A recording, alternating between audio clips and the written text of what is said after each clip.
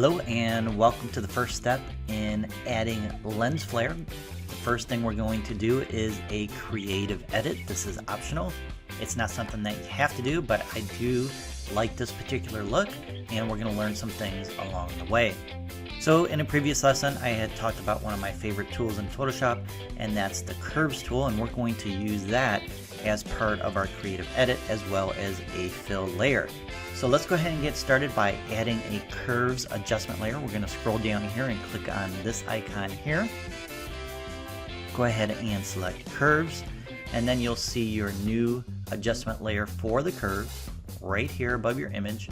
And then we have a new window showing the options for making our adjustments. Right now we are in the RGB channel, but if we click on this menu, we get our red, green, and blue. So what I want to do with this particular image is I want to kind of give it an old school retro look, kind of a matte finish. I want to warm up the highlights, and I want to add a little blue to the shadows because it's a little too warm in the shadows.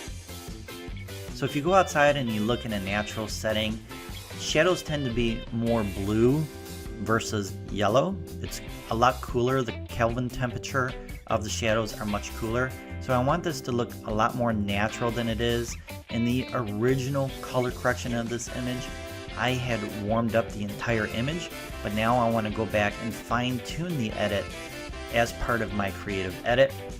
So what we need to do, if your curved window disappears, like it did here, we can double click on this little icon here to bring it back.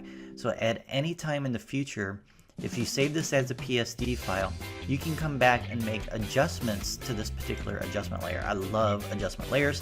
They're non-destructive, just like we talked about in a previous lesson. So let's go ahead and warm up the highlights and add some blue to our shadows. We're going to select the blue channel. I'm going to add an anchor point here and an anchor point here. Now, this is our shadows down here. Our highlights are up here. And if we drag down, we will add yellow. If we drag up, we will add blue. Now, since I want to add yellow to the highlights and warm up the highlights, I'm going to click and drag down, and that will add yellow. I'm not going to go too far. I'm just showing you an extreme. I just want to make it real subtle, and I'm going to come down to right about there. So we're adding a little bit of yellow into the highlights. And then for the shadows, we're going to drag up this anchor point to add a blue, and we can see on the extreme we go way too far. We can definitely see the blue in there, but I want to make it subtle, so I'm going to bring it in right there. We have a nice S curve, and we've added blue to the shadows and yellow to the highlights, and we can see the before and after by turning off this particular layer by clicking on this icon. So we can turn it on and off by clicking it, and we can see what it looks like before and after we applied that particular creative edit. Alright, so that's a great way to see what you've done in case you want to go back and make minor adjustments. I like it the way it is, so we're going to move on to the next step, which is adding a new fill layer. We're going to go up to Layer, select New Fill Layer, and select Solid Color. Go ahead and click OK. Then select a blue color. So I want to add some more blue to just the shadows, and this is going to give it a little bit more of a retro old school look. And it doesn't matter what color blue, just select a blue that you like, click OK, and we have a blue layer. Alright, a couple more things we need to do in order to add that fill color to our shadows. So what we need to do next is we need to select the mask of the color fill. A mask is automatically added when you add a new fill color adjustment layer. So we're going to click on that. Then we need to go up to Image, Apply Image, and then we need to make a couple of adjustments. Now yours is probably going to be different from mine. It might be up here on Merged most likely. So you want to make sure your layer is selected for background and that your blending mode, if it's something else other than normal, then you want to make sure that normal is selected. Click OK, and now we kind of have a sci-fi look. Not exactly the look I was going after. So a couple more steps. What we need to do next is we need to invert this mask. Now remember, in a previous lesson we talked about masks and how the black removes and white adds. So in order to apply the blue to the shadows, we need to invert it because right now it's being added to the highlights. So I'm going to hold down my Command key or my Option key if you're on a PC and press the letter I, and that's going to invert it. It's now being applied to the blacks or the shadows. If I undo that, you can see this is highlights, this is being applied to the shadows. Next, we need to adjust our blending mode to allow it to blend in much more naturally, and we're going to access our blending mode right here. It says normal. Click on that and select lighten, and that's going to blend it in a little bit more. We're almost there. The next thing we need to do is adjust the opacity.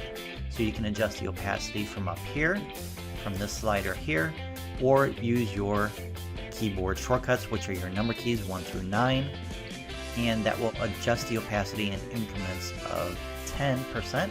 So if I click 9, we're going to be at 90%, 5 will be at 50%, 0 will take us back to 100. And here's a quick tip.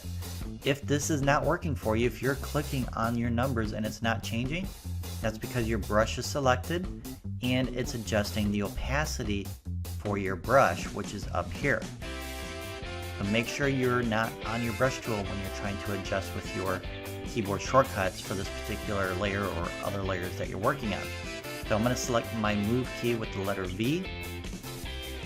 Then I can make my adjustments. I'm going to go back to 5. That's still too much, so I'm going to do 3. Let's try 2. Nope, 3 looks pretty good, so I'm going to stick with 3.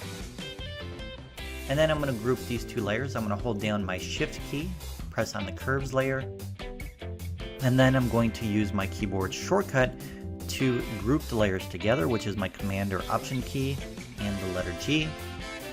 Then I like to stay organized by renaming my groups.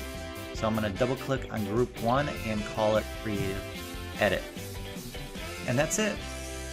We can now see what we did by turning off this layer to see the original, turn it back on, and this allows you to go back and forth. Maybe you want to make adjustments to the opacity for the two group layers. You can do that. As long as you have this layer selected, press the number 5 to drop it to 50%, and you can fine-tune your adjustment even more. I think I'm going to put it at 90%, and that's it. Our creative edit is done. This is not necessarily something you need for the lens flare, but I did just want to share with you an option for a retro creative edit, and I kind of like the look. If you don't, then that's something that you don't have to do when you add your lens flare. Alright, so that's it for the first step. In the next step, we are going to work on adding our lens flare to our image.